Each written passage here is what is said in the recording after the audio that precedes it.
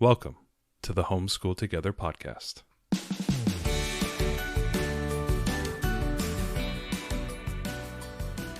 Where one working mom and a stay-at-home dad help you navigate the nuts and bolts of the growing and dynamic world of homeschooling. With a focus on early learners, like me. All the ins and outs of building and maintaining your homeschool life. Homeschool. Find out tips and tricks to make things like this easier. I'm reading. And ultimately, enjoy educating your kids. And what's that last thing? Have fun together. Did I do good, Daddy? Yeah, you did, sweetie. Good job. Hello and welcome to Homeschool Together. We're going to take a little bit of a departure from our normal interviews. We're going to be interviewing a game designer and game creator and game inventor on the podcast today. It was really fun. So before we begin, head down in the show notes. You're going to see all the links to her website, Instagram, all the fun things to connect with Kim, and also links to our social media, YouTube, all the fun things. But we had a great interview with Kim Vandenbroucke today. Yeah, she was really awesome. She's a game inventor, designer, which is awesome. And she runs thegameaisle.com, which is a game review website as well. Yeah. If you're into games, you're getting into game schooling, if you're going to be part of the game schooling co-op summer, and you really want to kind of see behind the curtain and watch Oz work, she has a lot of great insight.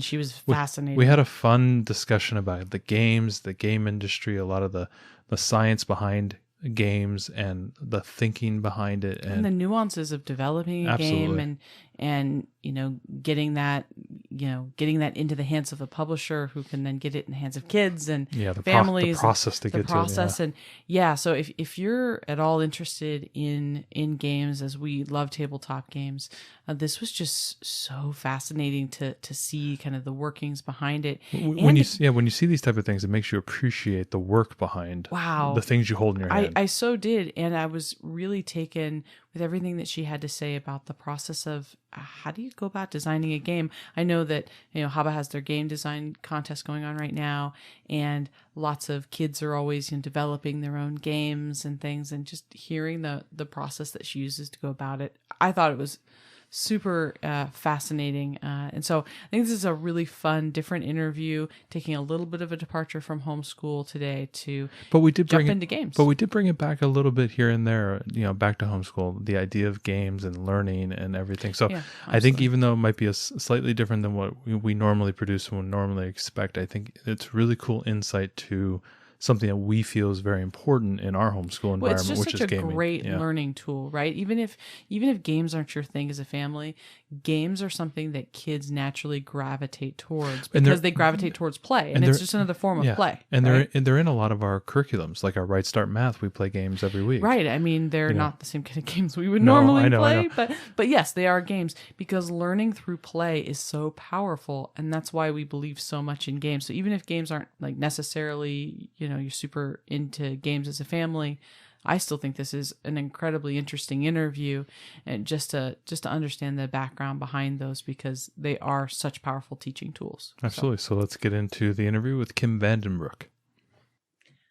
Hi, Kim. Thanks so much for joining us today. Oh, hey, not a problem at all. Thanks for having me. So can you tell us and our listeners a little bit about yourself, your backstory, and how your career kind of moved into game design and invention? And I'm going to listen with rapt attention. Okay, so my name is Kim Vandenbroucke.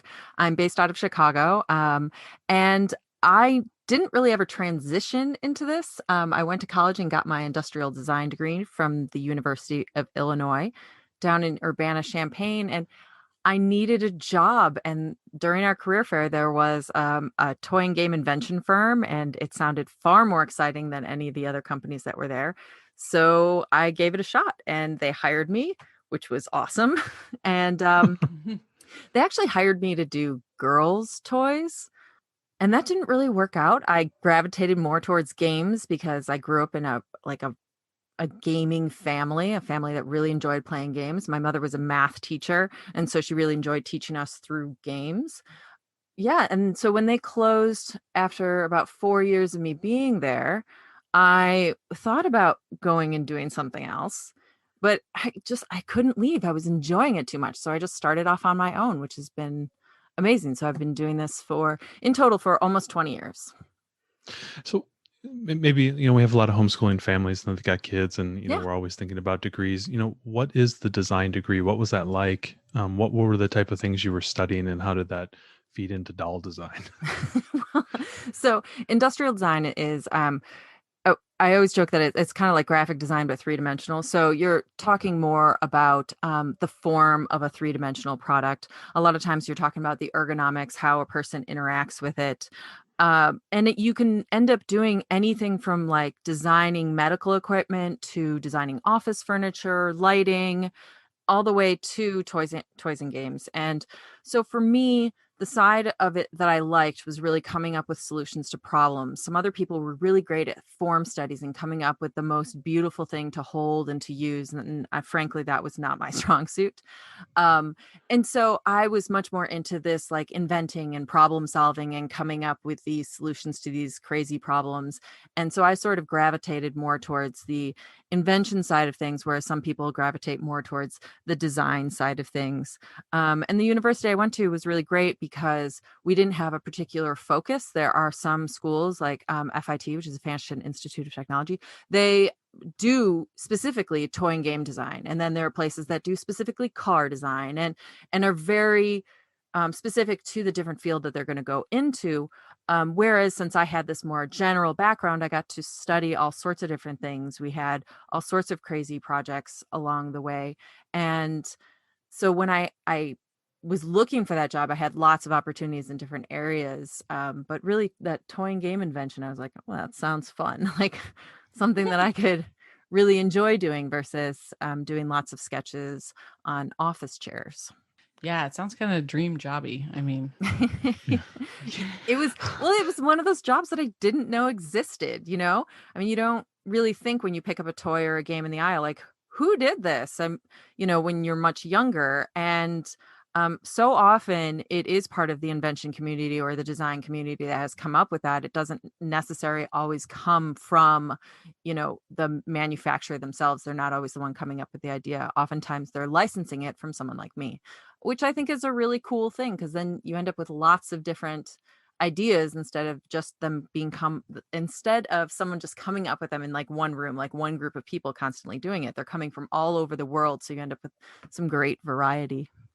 That's awesome. My limited experience with the game industry, the toy industry, I was in the semiconductor industry, and we were trying to sell technology into the products. Like if you were doing like a guitar, an electric guitar, or something like that for kids, and we were selling product in there. So I was interfacing with a lot of engineers and, in some respects, developers Mhm. and stuff. Did you see your role as more of an engineering or more visionary when you were at that first company? Oh, definitely more visionary. Okay. The engineering side of things is a part of it. We also had two really great model makers on staff who would help out and had like amazing experience doing mechanisms. That's still part of the process, but it's not just thinking about the mechanism that goes into something. You have to think about the overall experience that a Mhm. child or teen is going to have with this particular product. And so if you're only thinking about how the mechanism works and you're not thinking about the play pattern or the gameplay itself, then you're missing a big part of the user experience. So as much as like the engineering side of things is important, it's definitely not the only thing that we have to think about. A question I always had with, people who design games for kids is that you tend to sit in a room full of adults. And how do you make those considerations for children? Do you do a lot of, play testing? Do a lot of focus groups? How do you guys get into the mind of my 5-year-old who just walked by the door? That's a great question. I think I never really 100% grew up, so that's Okay. probably part of it. So Um, stunted adults is the hey, answer. wait, kind that of means like I it's a still job. think It's a job about for all the us. cool stuff and want to play with the cool toys. So that's definitely part of it. But, at the same time, you have to layer on ever so slightly that adult perspective, Mhm. because even though the kid's going to say, I want it, I want it, I want it, you really have to get through, the person that's going to buy it for them most likely. And at the same time, you, even before you get to that point, you have to get past the store buyer. And there are all these adults in the way who are between the idea that you have and the end user. And most of those people are adults. So it's this weird balance of like finding something that the kid's going to find absolutely awesome to play with, and also recognizing that the adults have to be able to see the coolness in it. Otherwise, it's never going to make it as far as that end user. So you were talking about licensing ideas, Yeah. and then also there's, you have in-house people like yourself. How do you guys balance between vision and product line? And are you guys always chasing the dragon of we need to make the Cabbage Patch Kid, or why can't we invent the Furby? You know, is there, how do you guys formulate ideas, and how do you pick between winners and losers? Well, so I am an independent. So I am not an in-house designer. Those would Okay. be the people that are hanging out at like Hasbro coming up with the next awesome idea. I was part of an invention firm. So again, it was like a Okay. large group of outside inventors hanging out together, hoping that together, working together, they would come up with, some awesome stuff. But as an independent, it's just really figuring out what I want to work on. I am one person, and some of the larger invention groups out there have the ability to work on tons of different things at the same time because they have lots of Hmm. people. For me, I just work out what I enjoy, and working on Hmm. what I enjoy tends to translate to something good. If there's a project out there that someone's like, oh, hey, could you work on this? And it's like, if it doesn't spark my excitement, then I'm probably not going to come up with something great. So I stick to the things that I think are really exciting and fun to work on. So what is life as an independent? And you said the company that you worked with closed down, Yeah. and then you decided to become an independent. What was that, you know, what were the hurdles that you had to overcome, and how did you, develop yourself as an independent, creator? Um, it's interesting. It takes a bit to transition to working alone, and I'm sure a lot a lot of people learned that this past year, Hmm. during the pandemic, of that transitioning to working from home and not having your coworkers to chat with all the time. That was a big transition for me, but at the same time, then I didn't have the constraints that went along with working in a major invention firm. I set the meetings that I take. There Hmm. wasn't like a meeting on the schedule that I was working towards. I chose when that meeting was going to be. I think my biggest hurdle was that I already had my foot in the door in most of the mass market companies, but it was meetings a lot of the smaller, more specialty market companies that I had to convince them, especially since I was in my early 20s at the time. I had to Hmm. convince them that I actually knew what I was doing, um, which is surprisingly, it was a lot harder than I thought that was going to be. But it ended up working out well. It's like I said, I picked working on the stuff that I wanted to with companies that I wanted to work on and or work with. And, if you really believe in what you do, it's a lot easier than if you're kind of hesitant about it. So, and I knew that I was enjoying what I was doing. I knew that I was creating great stuff. So it was just convincing people to look at my stuff, and took several years for some companies. Other ones were a little bit more willing, but overall it's worked out, I think. So tell us what's the process? I'm always so curious. When we hold a game in our hands at the end of the day and we're playing it, it went through so many different steps from you having an initial great idea and formulating it. What's the process kind of from start to finish until we hold it and play it with our kids? Yeah, sure. It always starts with an idea, and where that idea comes from is always different. Sometimes it's like this great name hits you and you're like, wow, that is an amazing name for a game. And then Hmm. you build from there. Other times it's like I come up with like a feeling of a game, or sometimes if I'm brainstorming, one of my favorite brainstorming techniques is to take a person that I know and be like, what would be their ideal game? Or, if they were a kid, what do I think that they would like? And it's kind of a fun brainstorming technique, but it's starting off with that initial seed of an idea. And then for me, a big part of my process is coming up with that initial prototype that is fast and cheap and as quick to the table as possible. And after that, it's like, is it worth continuing it past this point? Does it need huge like big change to it? Does it need to sit on the back burner in my office for several months and then be ignored for a couple years until it's viable? Like what is that next step? And so once I get it to a point that I feel pretty confident that it's a great game or a great item, then I'll do a prototype that is the most cost-effective way of pitching the item. So if it needs really great illustration, I'm going to be the one that does the illustration. I'm not going to go and pay an illustrator, because everything I do on spec. And so it's this idea of keeping the cost down so I don't put myself out of business with what is the best way to pitch this item. So then most companies now are looking for sizzle videos to start, which is like a mini commercial. And so I have to shoot a sizzle video, and then I usually pitch to clients. And sometimes you end up getting to play the game when you pitch as well. Most of the time nowadays, because everything's on Zoom or one of the other services, you're just pitching the sizzle video, and then you can talk through the gameplay. But it depends on what kind of game it is, if you really need to go through the steps of playing it. And then they'll take it in and consider it, and hopefully they'll decide to license it. And usually at that point, they'll replace my artwork. They may replace the name that I've chosen. It's a license agreement, so I make a royalty off of it.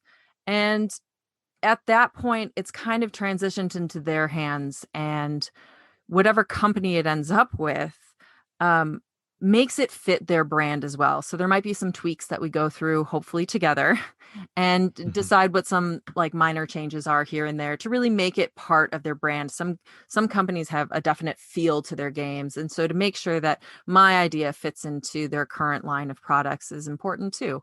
So we work together on that, and then it eventually hits the shelves and hopefully makes millions. I feel like this is like there's that NBC show Songland, where the songwriters pitch these famous artists on their song, right? And they had a good idea and a great melody, and it's really catchy, but then the artist has to take it and make it part of their brand, so to speak, and work together on it to then put it out. It's kind of like you're the game songwriter. Yeah, it's your idea. It is really interesting, especially when you're talking about like companies here in the United States versus companies in overseas, especially like the Germans really like instructions that are very detailed and written out and pretty much answer any question you could possibly have about the game. Whereas Americans, it's like, we just got to get to the point because nobody's going to read these. Like, what is the shortest way to do this? And it's like different with every company in each different way, and it's a fun process because not everyone is exactly alike. But yeah, you have to like tweak it so that it kind of fits what they're looking for.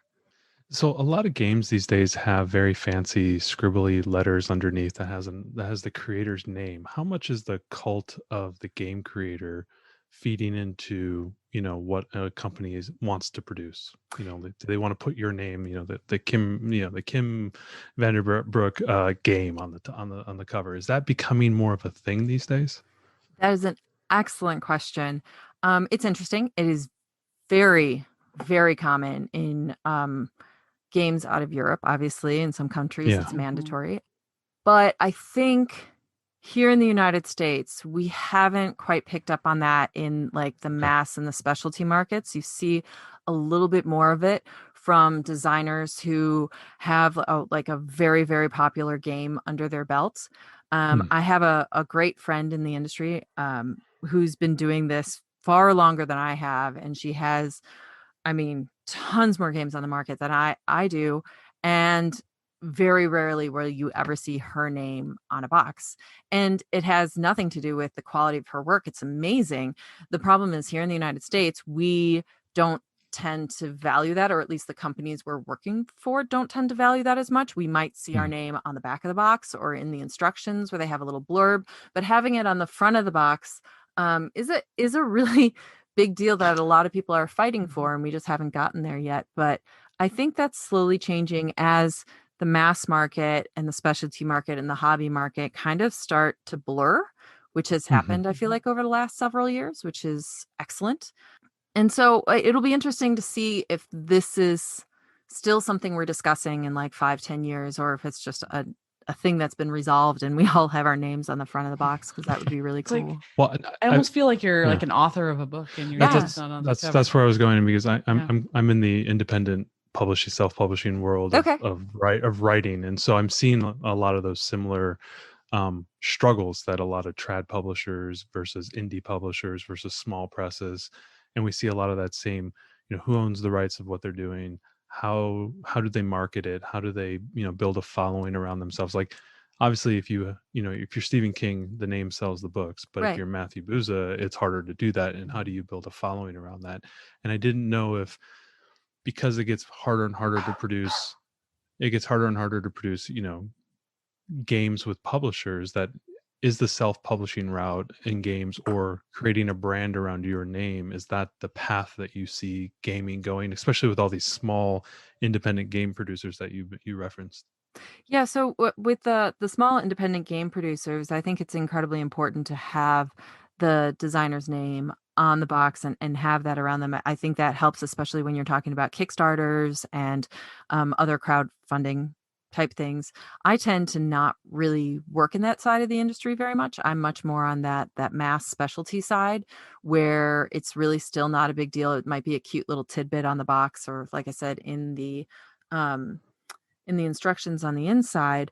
And I think part of it is that it's, first of all, it's hard to negotiate often to have your name on the front of the box, because many companies don't want it. They're just against it, which hopefully will change. But I think part of it is that they want to build their brand and they're less interested in building your brand, Yeah. which is Yeah. unfortunate, because I think that there are companies out there where you have repeat designers for them. Like there are people who have designed, 5 games for a particular brand, and it would be, I feel that it would be advantageous for them to call that out and be like, "Oh, hey, you bought this game from our company by this person. Yeah. You also want this game by the same person."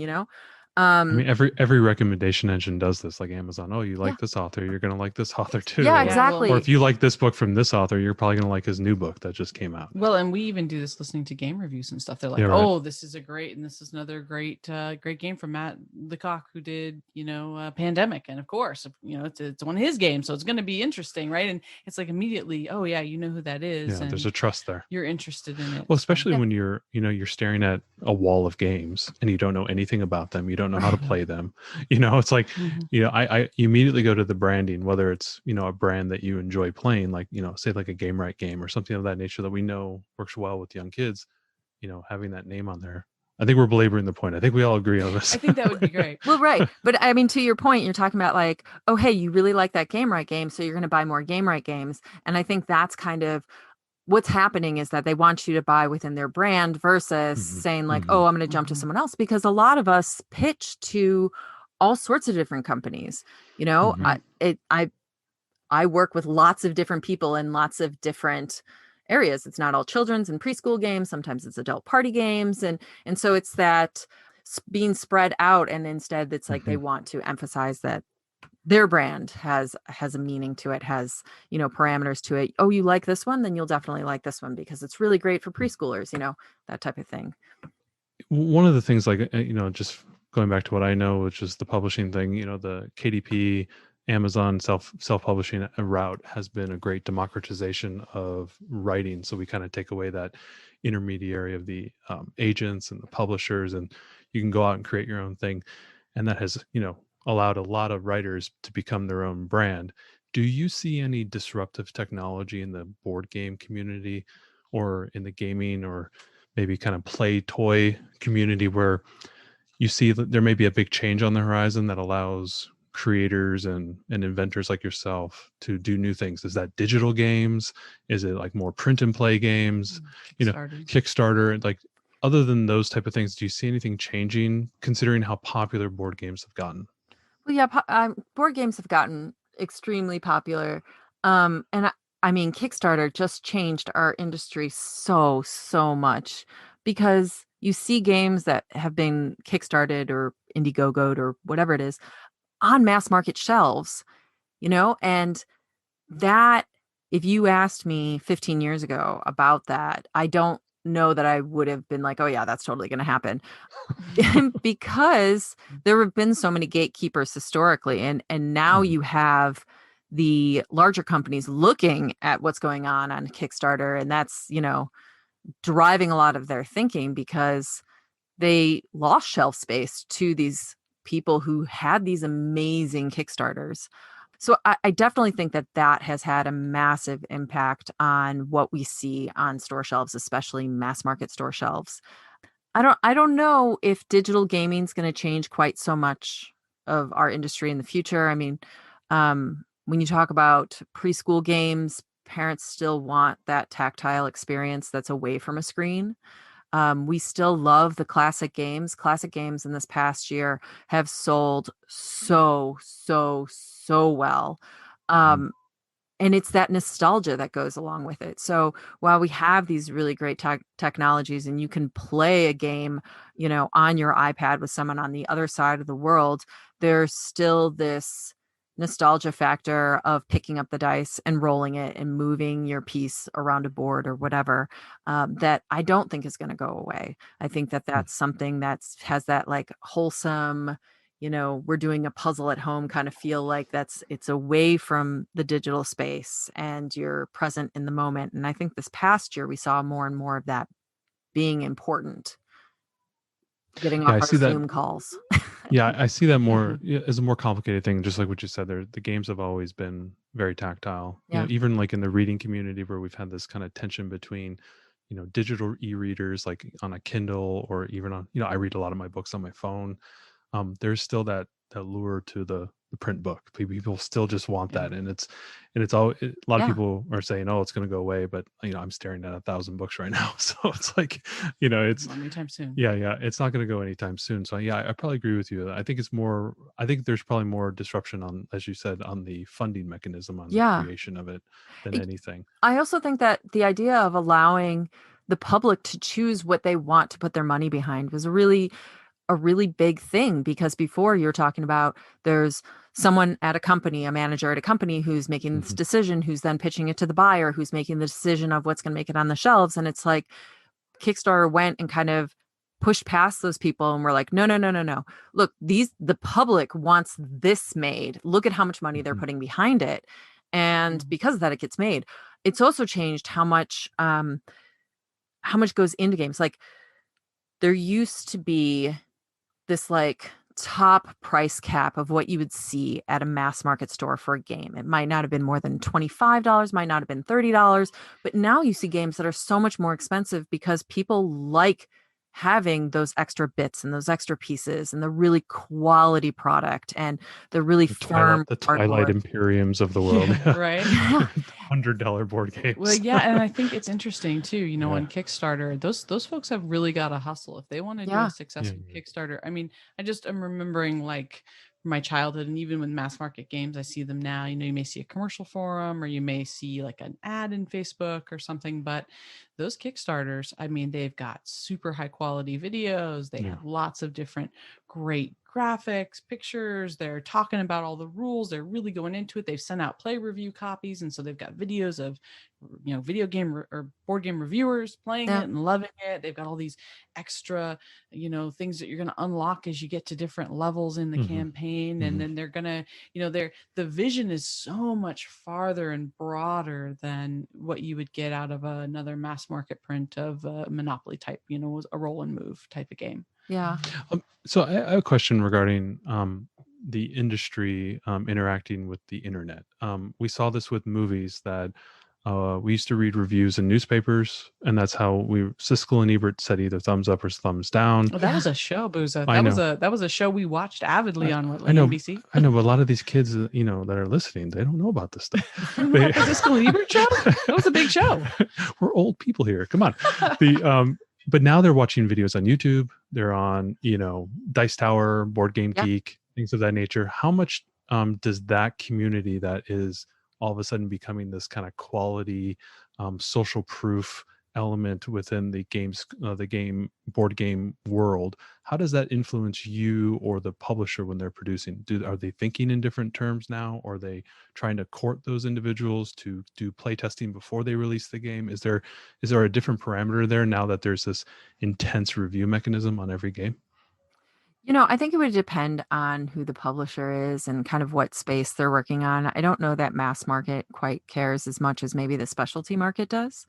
Um, but you're right. I mean, there is this amazing amount of feedback on these games as they're coming out that really was not there, 2 decades ago, decade and a half ago. And it's made it easier, I think, for game purchasers to go and be like, well, let me find out more about this and see it. You can watch the whole thing being played, which is really different. And I think that continues to kind of um, differentiate the mass market and the hobby market, because in the mass market you have maybe a 30-second commercial or 15 seconds something online, 5 seconds before somebody skips the ad to go on to whatever their video is going to watch to get the idea across. And so something like a pie face does really well in that mass market space because they only need that much time to get across what the game is. Whereas when you're talking about something that's more in depth, you can see it played through. You want to see the strategy.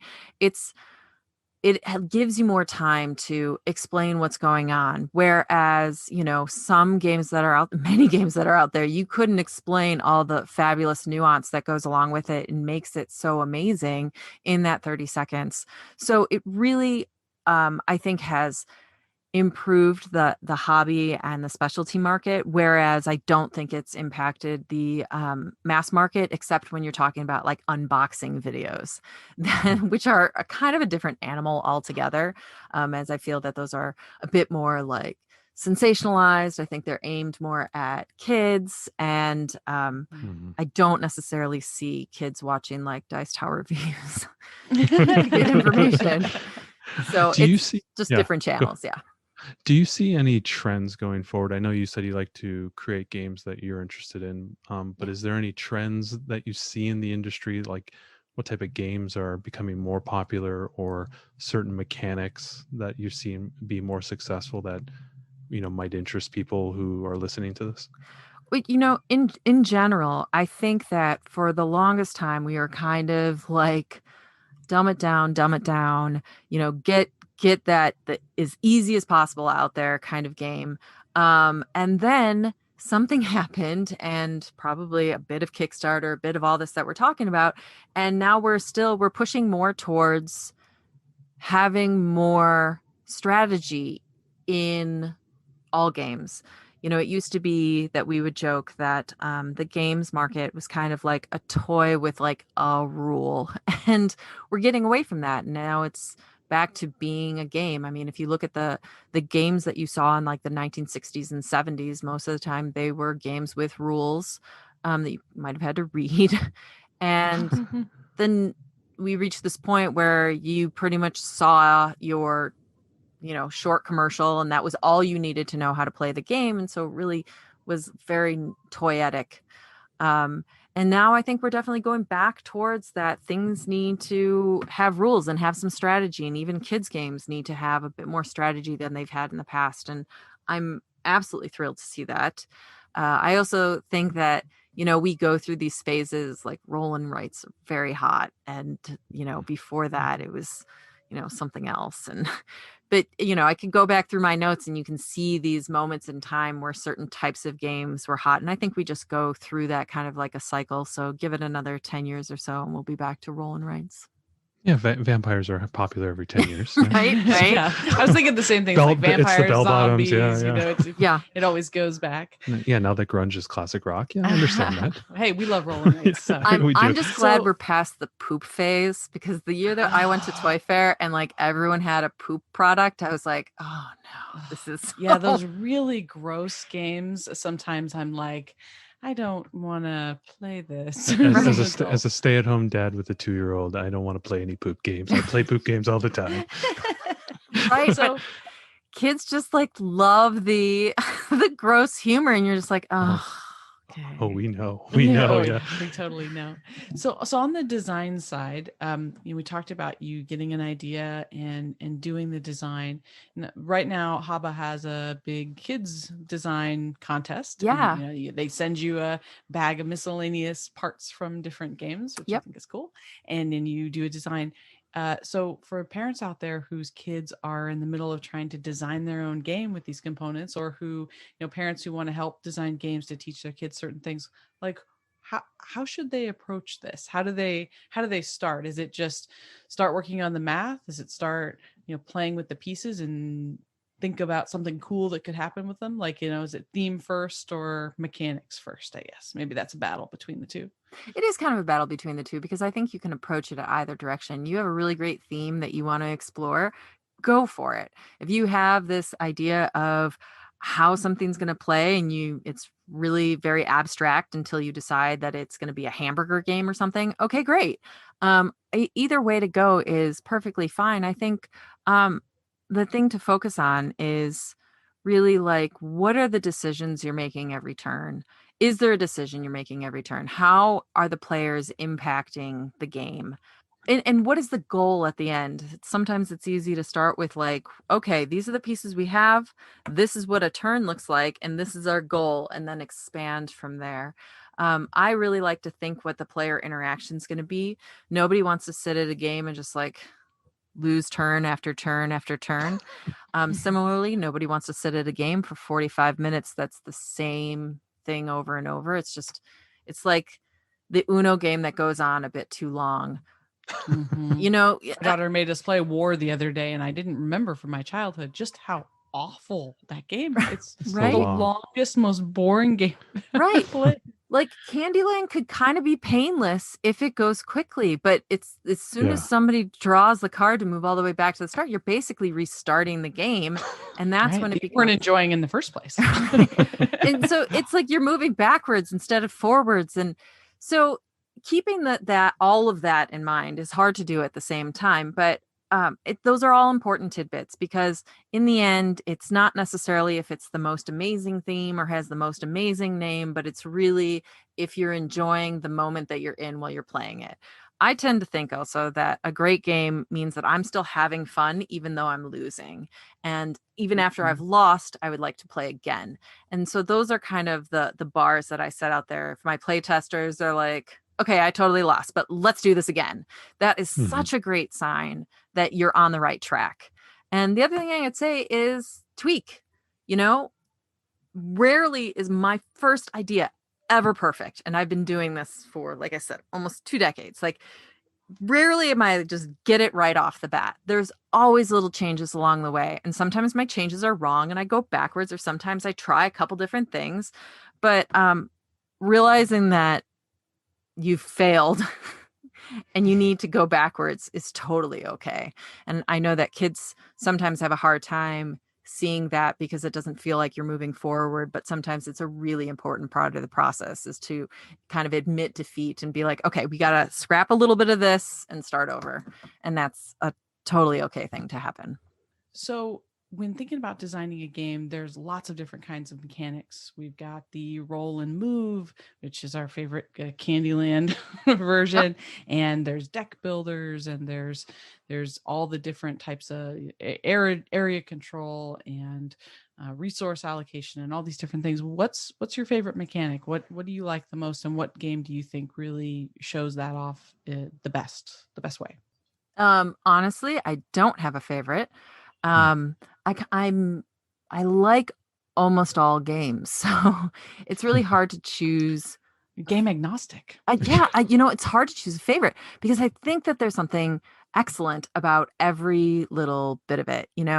I'm happy playing all sorts of types of games, so I don't know that I could necessarily pick one. I'm not overly influenced by one particular type of mechanic. I think I like to jump around, which might be why I actually do well in this business, is that I get bored of one thing and move on to something else very quickly. So, I can't stick to one type of mechanic when I'm working on things. Same things when I'm playing things. Like as soon as we're done with one thing, I want to move on to something that's completely different. And so it's more that I find games that it's like, wow, they just did that really well. And, I think the games that I appreciate the most are the ones that have a beautiful simplicity to it, because I know that that's very, very hard to do. In games where you have thicker rule books, you have lots of these like kind of if, then, but rules.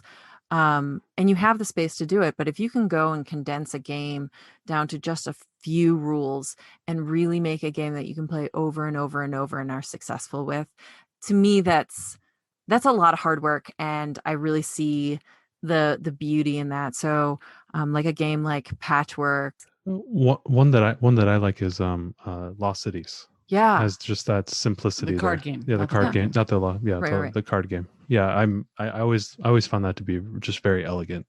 But even as simple as like can't stop. I mean, you're just rolling dice, but there's this addictiveness to playing, and it's so few rules that it's got this beauty to it that I really appreciate. And it's like I want to stand up and applaud that inventor designer, and at the same time I'm also like, man, I wish I invented that. A little bit of it's like Skyjoe's that way too, and Roll for It. You find yourself just playing game after game because the rules weren't that complicated, but to be successful at it was tough. Yeah, exactly. Absolutely. And to be able to do that, like you said, with that small amount of rules, and to make me want to play it 50 times is amazing. Truly amazing. Do you have any? So a lot of our listeners, we're a secular podcast focusing on homeschooling, and we do a lot of game schooling, and so we try to blend in games into the education, and not necessarily games that teach you things, but games that emphasize things that can be part of a larger curriculum. Well, and I think both. I think it's games that are meant to be educational, and the inherent educational value found in games. Yeah. Just about every game has got something to learn. Yeah. Do you have any elementary games? Like maybe what are your top 3 games for younger learners? How young are we talking here? I would say let's take out the preschoolers. So let's say like 6-year-old and 10. Yeah. K to 2, K to 3. Okay. Well, I actually really love the melon brine games. I recently discovered those with my daughter who's 6, and like we've been playing Clumsy Thief in a candy shop, and it's the beautiful artwork mixed with obviously math, which is like what their entire brand is about. That's gone over really well in my house, which I enjoy. And there's a definite learning aspect to that one. On the opposite side, A Pet's Life.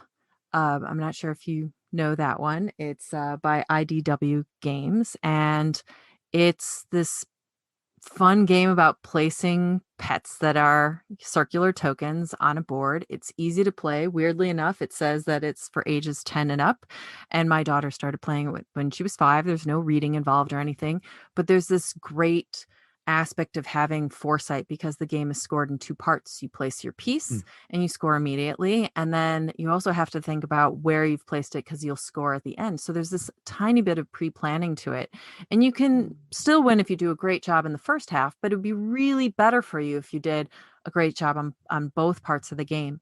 It plays super quickly, and to me, a game like that where it's very not obviously, it's not math, it's not science, it's not any of those things, but it talks about, or the game itself is a little bit about planning and thinking ahead and all of those things, a little bit of strategy to it in a very simplistic way, has been great for her to improve her game playing skills.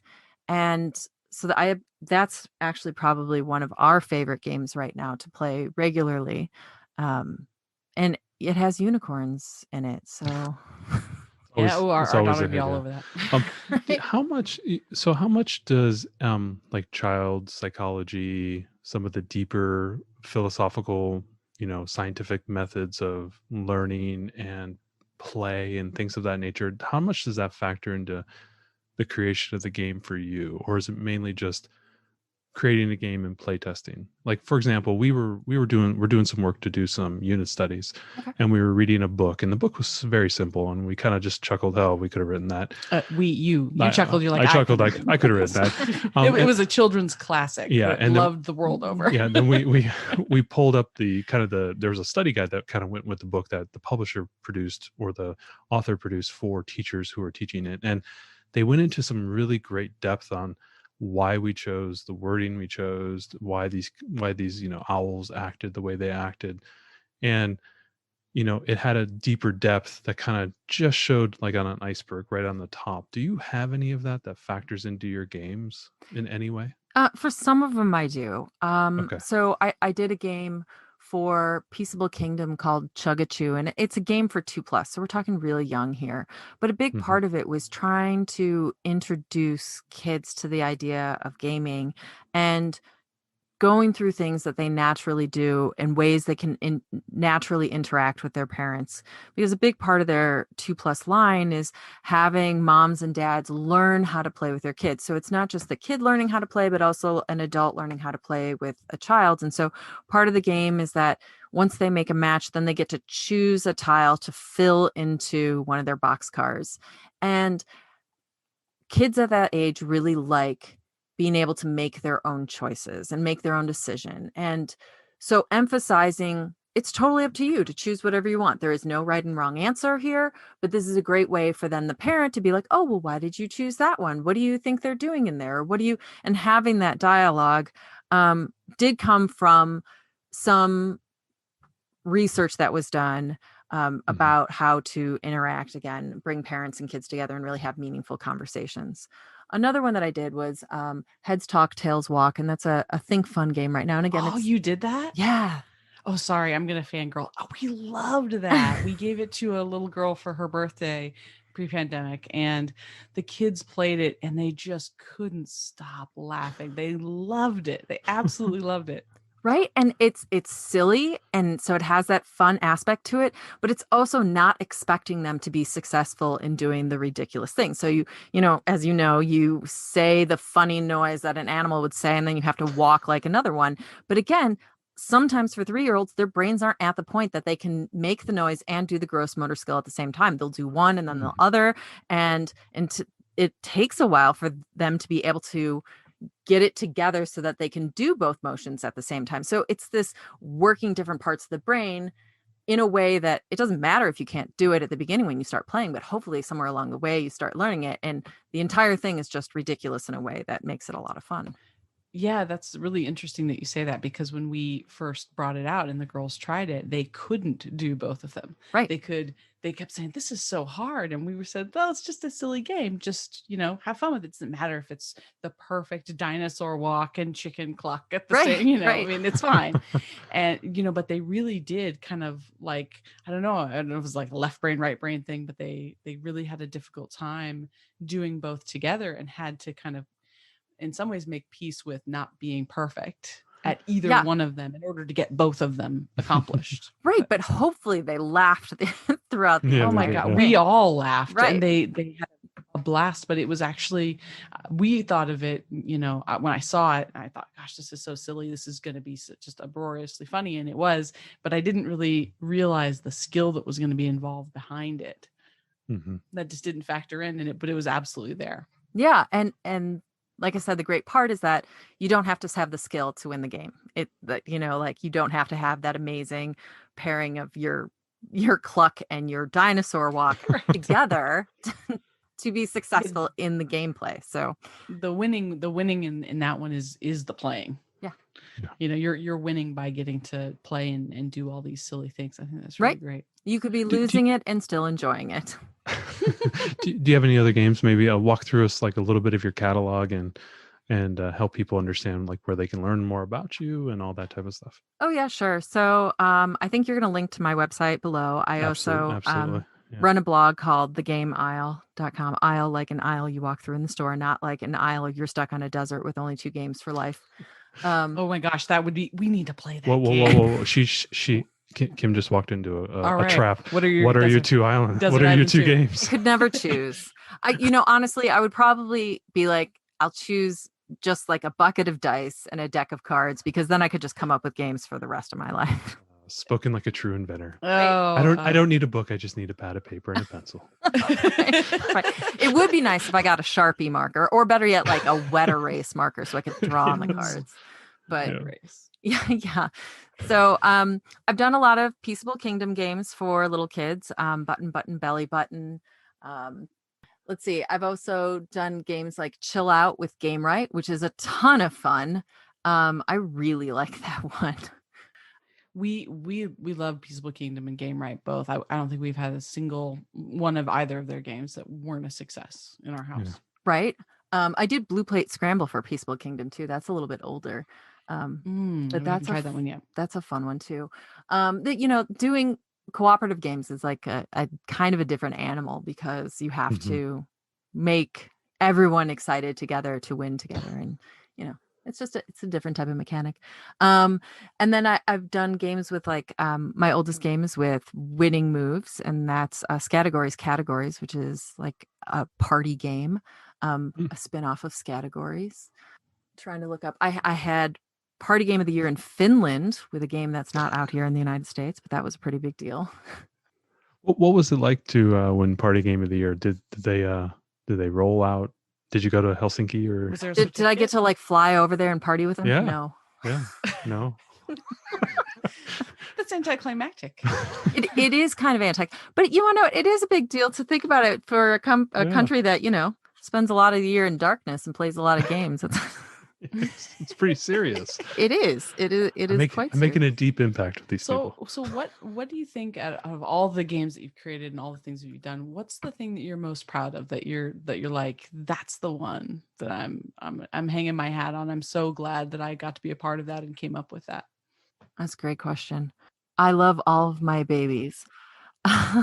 No, you want to? Okay, so I'll say that it was probably the first game I ever invented because it really opened so many doors for me along the way.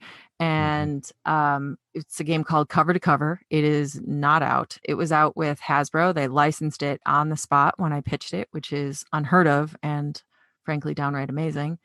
But because I had that success right at the beginning of my career, when I went off on my own, it was a lot easier to get my foot in the door and convince people that, yes, in fact, I do know what I'm doing. I'm not just some crazy person that snuck in off the street to Toy Fair and wants to talk to you. I'm also proud of games like Raccoon Rumpus has been out for more than a decade now. That's with Educational Insights and the spinoff Koala Capers.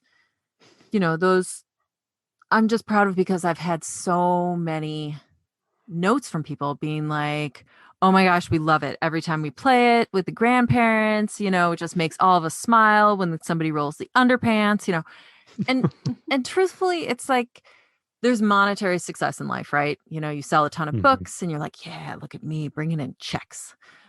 But there's also like this other side of success, which is, like knowing that I'm part of kids' happy memories. I think about the games that I loved as a kid, and every once in a while I meet one of those inventors and I'm just like, oh, I love your game. I play with it all the time with my family. I have these great memories of playing with my like grandparents or whatever. And it's knowing that I'm part of someone's life in that way that actually makes me really happy, which, is different than like seeing the big check being like, yeah, it's just a different kind of joy. Checks are nice though. Checks are super nice. Don't get me wrong. I feel like games are events in ways that other toys are not. Right. I mean, I remember it being like, oh, grandma's coming over. We're gonna have a game today, or it's a family game night, or we're going camping. What games are we taking? Yeah. It was something that you planned, just memory building. It's memory building. Yeah. I mean the number of times I remember us playing games and as a child, it's I mean, I have too many to remember, and I think our kids are going to be the same, and it makes me happy to see how into it they are, because it's such great family bonding time. They're not only are they learning and all of that stuff, that they're going to use all these skills for life, but all of the memories they're making too is just really great. I agree. I also think it provides a framework for how a parent or how a grandparent or a cousin or a friend or whatever it is plays with each other. When you start a game of pretend or whatever it is that you're going to play with a kid, Play-Doh, there's no set middle, beginning, and end. And I think sometimes adults in general struggle with that. Whereas a game, you sit down and you play together, and there's this beginning, middle, and end. You know when the play ends and what goes on along the way, and you enjoy this experience, and it's kind of a prepackaged moment. And I think that makes games this like really solid family experience, because you kind of know what you're getting into when you crack that box open, and it's like almost guaranteed memories in it. Whereas if you are pulling out crayons with your kid, you'll still get those memories, and who knows where it'll go. But you could also spend 5 minutes doing it, or you could spend 2 hours doing it. And it takes a little bit more, I think, effort from an adult to get to that point. Your homeschool parents probably are like, yeah, no, she's totally wrong. But it's amazing. No, I totally see this. I totally see this when my Yeah. daughter's like, well, we could play a game, or let's go do this other, insert open-ended thing, Play-Doh or play imagination or whatever. And I struggle sometimes because I'm like, yeah, that game, I know that's a 15-minute game. Right. And because, I don't know how long her interest is going to last in something else. Yeah. And Well, it's hard to embrace the open-ended thing sometimes. Exactly. And especially with like busy parents where you look at it and you're like, oh, this game should take us 15 minutes. We can squeeze in 15 minutes before we have to do this, or before I have to hop back on this call, or do this or do that. So it's like a guaranteed amount of time that you're going to set aside and play with your child, and no one's going to be disappointed at the end because you've fulfilled that obligation. Yeah, hopefully they've learned a great deal along the way. This has been so great having you. Before we let you go, just one final thoughts about parents playing games with their kids. What kind of approach should parents take? What advice would you have for how they can get the most out of playing with their kiddos with some of these great games? I would say pick a game that the kid is excited about. I know we have lots of games that I enjoy from my childhood, but that may not be the game that your kid is going to enjoy. I also think that allowing kids to go through and make their own decisions and make their own mistakes is very important. But at the same time, you can take a moment to explain to them why one choice might be better than another choice. I don't necessarily believe in throwing games. I think that losing is part of the learning process. But if you choose games that both of you kind of have a chance to win at, that build some, what's the word I'm looking for? Like you're building up your child to get to that point where they're okay with losing at some of those harder games. I would also say play a variety of things. Playing the same thing over and over is boring. But yeah, I think that a lot of it should be child directed. That's just me personally. I know there's lots of answers I could have given there, but I like it when my daughter picks the game and we sit down and we play together and she's the one that's excited about it. I think that changes the whole mood versus me being like, yeah, let's bring out this one from my childhood. And she's like, what is that? Awesome. Thank you so much for joining us. We really appreciate it. Well, hey, thanks for having me. It's been fun talking. Thanks so much for joining us today and making us a part of your homeschool journey. Please engage with us on social media. Join our Homeschool Together podcast group on Facebook and find us at Homeschool Together Podcast on Instagram. We'd love to hear your feedback, questions, and recommendations. Until next time. Happy homeschooling!